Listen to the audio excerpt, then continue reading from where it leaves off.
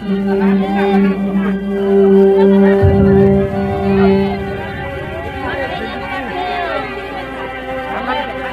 nga pala ako ng Chris. Pangririgalo ko lang. Sama mo ko.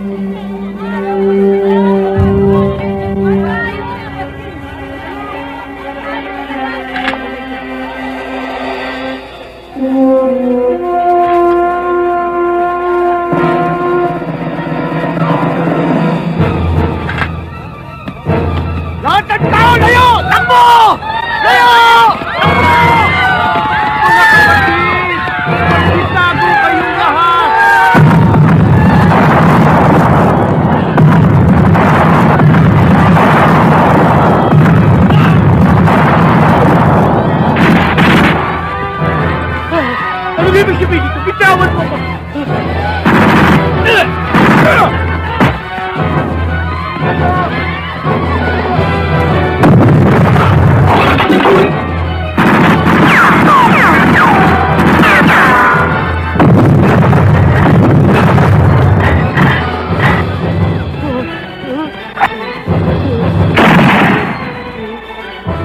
Huwag ka lalapit! Papatay ko to! Huwag! Huwag!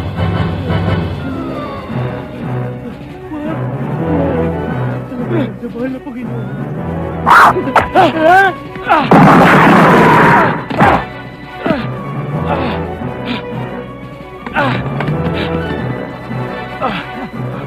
Ligiyo!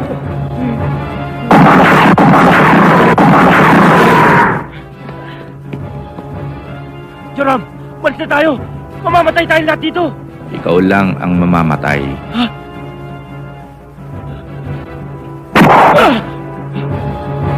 Bakit, Joram?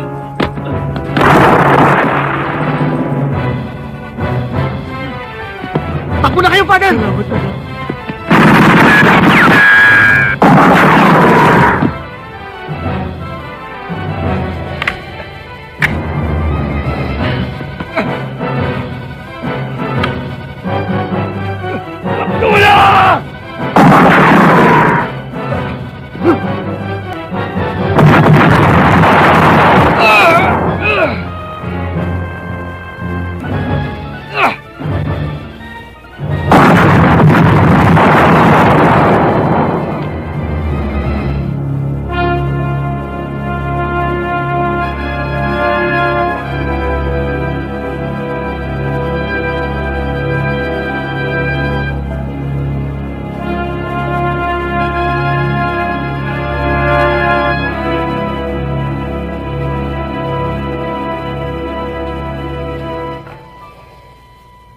Anong nangyari, Joram? Nakalpas namin si Padre Romero. Nakalaban namin si Omar. At napatay niya si Arif. Kung Kristiyano nakapatay sa kanya, hindi masyado masakit.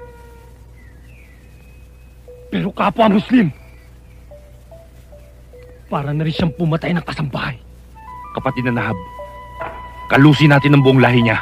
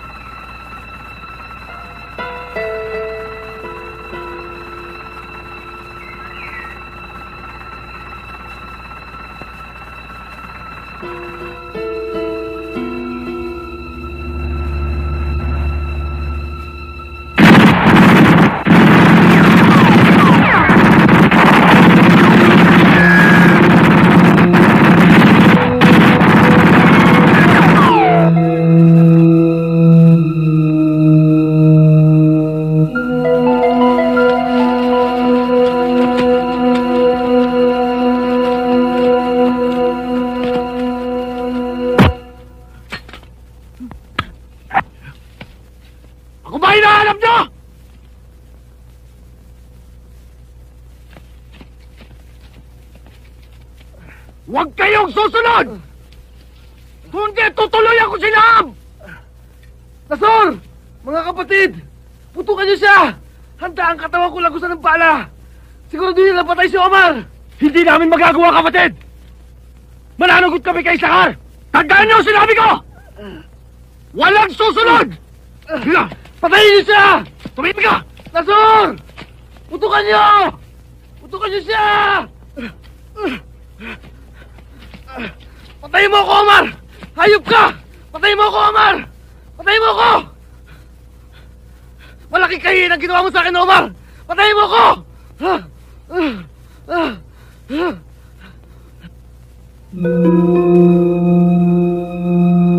Duwag! Isa kang duwag! Patayin mo ako, Omar! Parang awa mo na! Wala akong mukhang iharap kay Sakar! Patayin mo ako! Patayin mo ako, Omar! Hayop ka! Hayop ka! Hayop! Hayop!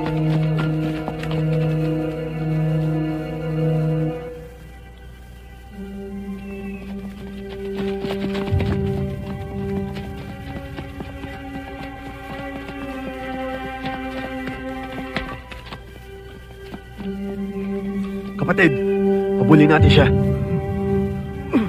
Hindi akong karapat dapat na pinunong pinagkatiwala ng kapatid natin si Sakar!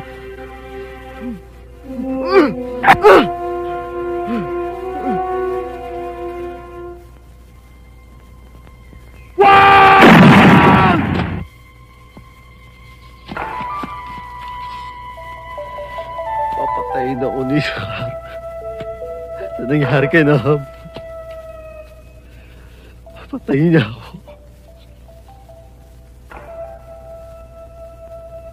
Hindi niya malalamang nagpakamatay si Nahab. Ang sasabihin natin, binaril siya ni Omar. Siya at si Harip ay palalabasin natin pinatay ni Omar nang walang laban. Dati na sila magkagalit ni Omar. Tiyak na maniniwala sa atin si Sakar.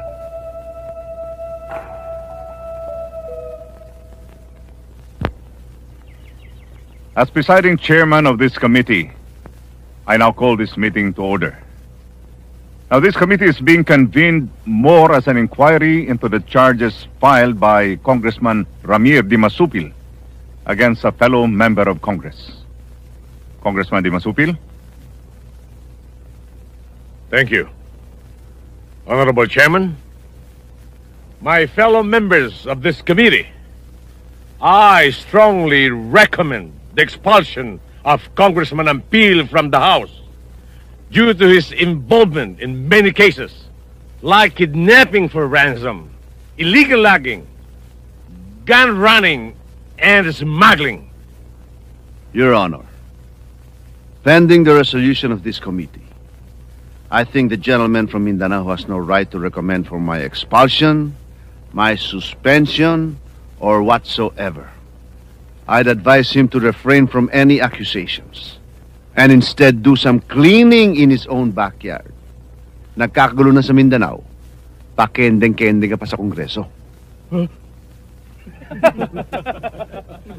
Order, gentlemen, order! Tarantado magsalita to ah! Tarantado ka rin. May I remind you that you're supposed to be members of Congress, and as members of Congress, you are supposed to act like gentlemen. At hindi ito isang sabungan na kung saan pwede kayo magsalpukan hanggang gusto ninyo. At hindi lamang yan, Your Honor. There's a big possibility that this honorable gentleman ay malaki ang kinalaman sa kaguluhan sa Mindanao. Para hindi matuloy ang peace talk between Christian and Muslim, hanggat may mga taong katulad ni Congressman Ampil, ang pangarap ng Mindanao ay mananatiling isang pangarap na lamang. Your Honor, this gentleman from Mindanao is accusing me of every crime he can imagine. He's also resorting to character assassination and abusing his congressional immunity. Ginagamit niya itong palda, saya. Gentlemen! Gentlemen! Sabihin mo sinabi mo, Ampil! Baka gusto mong subukan na akin pagka-Muslim. Hindi ako naniniwalang totoong Muslim ka. Walang Muslim na bakla. Order, gentlemen! Order! Dumarating na sila, Sakar! Dumarating na sila, Sakar! Dumarating na sila, Sakar!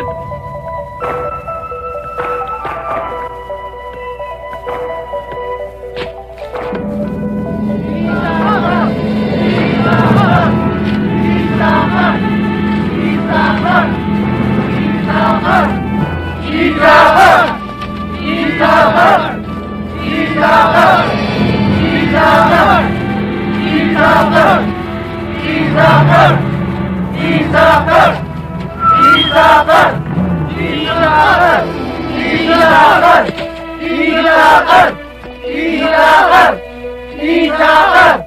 Isakar! Isakar! Isakar!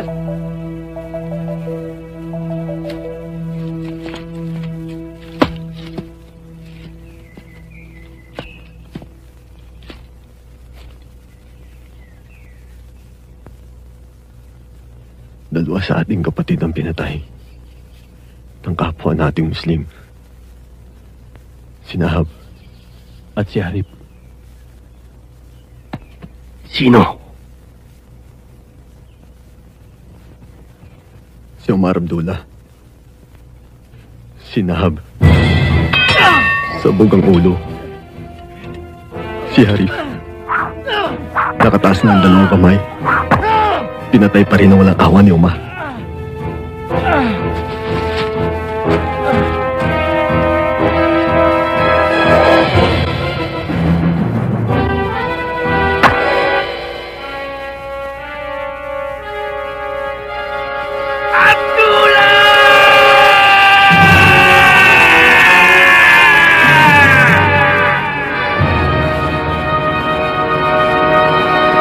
Ayon sa intelligence report na aming natatanggap, ang mga kalaban mo ay grupo ng mga Muslim rebels na binabayaran ng isang mataas na government official para manggulo sa Mindanao. Alam ko po, sir. Pero bakit po dito? Negosyo, Omar. Mga illegal na negosyo tulad ng gun running, smuggling, illegal logging, drugs. Lahat na yata ng mga negosyong labag sa batas. Ang dahilan kung bakit ayaw ng taong pinaghihinalaan na magkaroon ng kapayapaan dito sa Mindanao. Alam niya na kapag nagkaroon ng kapayapaan dito sa Mindanao, mawawala ang lahat ng mga illegal na negosyo niya. Para sa taong yan, tapang lamang ang puhunan sa bayang ito para yumaman ka ng husto. Meron pang isang matinding dahilan, Omar. Diamonds. Natuklasan kamakailan lamang na may mga dayuhang lihim na pumapasok dito sa Mindanao na may dalang diamonds na protektado ng mga rebelding hawak din ng nasabing government official. Ang kapalit, ang pagiging naturalized Pilipino. Sa madaling salita, ginagamit niya ang mga Muslim para sa sarili niyang kapakanan. Yun mismo. Sir, sino ho ang taong ito? Kilala mo ang taong ito, Omar. Minsan mo na siyang nakatunggali at nangako siyang magbabalik. Sir, eto na yung Pakistani pinasundo niyo sa akin galing Mindanao. Please, sit down. It's nice of How you are to you? come. Make yourself comfortable. Well, let's go straight to the point. You want you and your family to become Filipino citizens, right? Yes, and I know you need something in return.